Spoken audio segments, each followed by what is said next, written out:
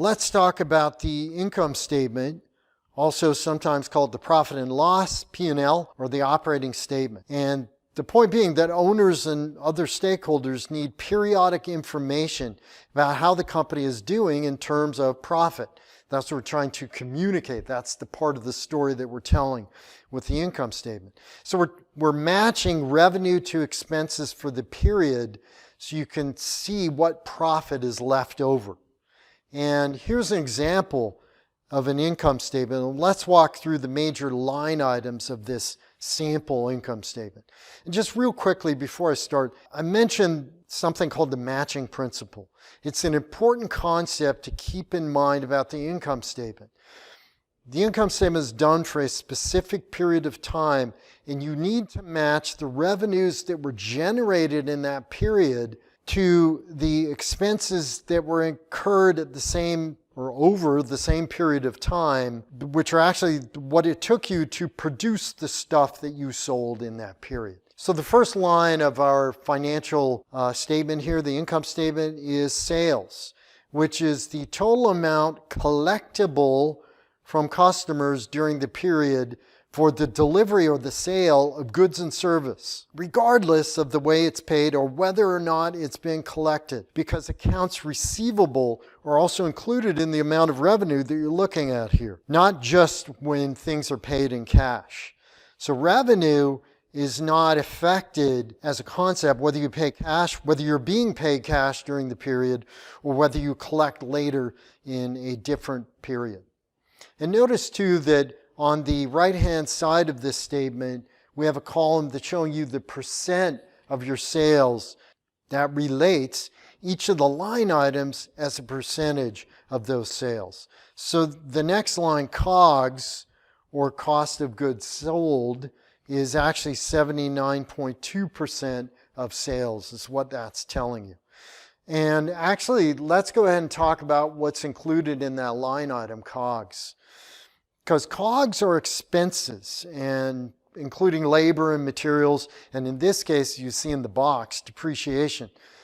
Expenses that are directly tied to units of products sold. And COGS really represents inventory that you're selling in the period. That's what it really is. And that's why in the pop-up, you can back into your COGS number by looking at cost of goods manufactured and seeing what you actually sold out of what was available to sell. And in this example, you'll notice that depreciation and maintenance are being allocated to COGS as well. Although many times companies show these costs separately after the gross profit line item. But depreciation is an expense for the tangible fixed assets that you use to make the stuff that you sold. Things like plants, equipment, tools, things like that.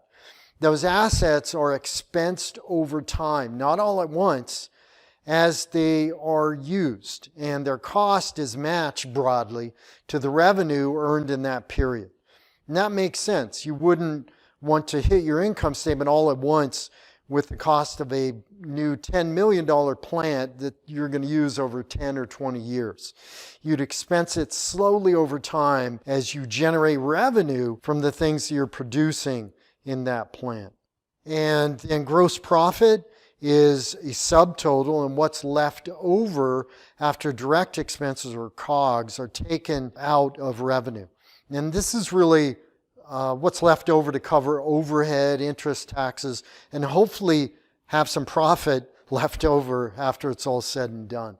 And you see some of the next lines: marketing, research and development, and then general and administrative expenses as well. And then we get another subtotal, income from operations. And this is the amount of operating profit left over before interest, extraordinary expenses, and taxes are taken out. And this is a key number, and it's called operating profit because it tells stakeholders, remember, as part of the story that you're telling about this company, about what is going on at the company from an operating standpoint. And interest, extraordinary items, and taxes are not really in the direct control of the management and day-to-day operations of the company.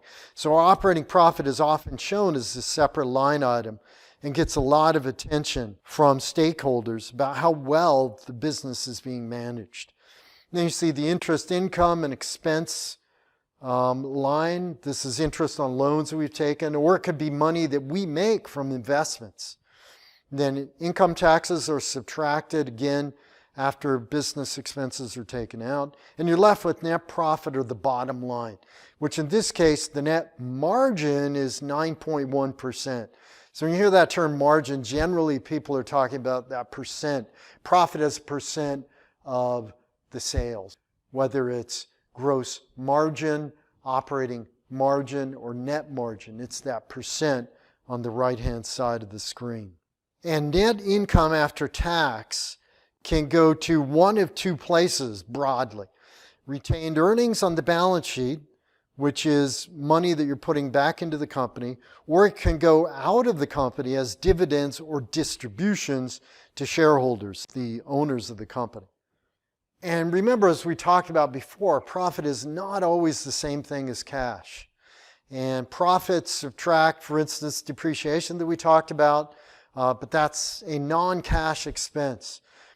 So the point is, profit, again, is not always the same as cash.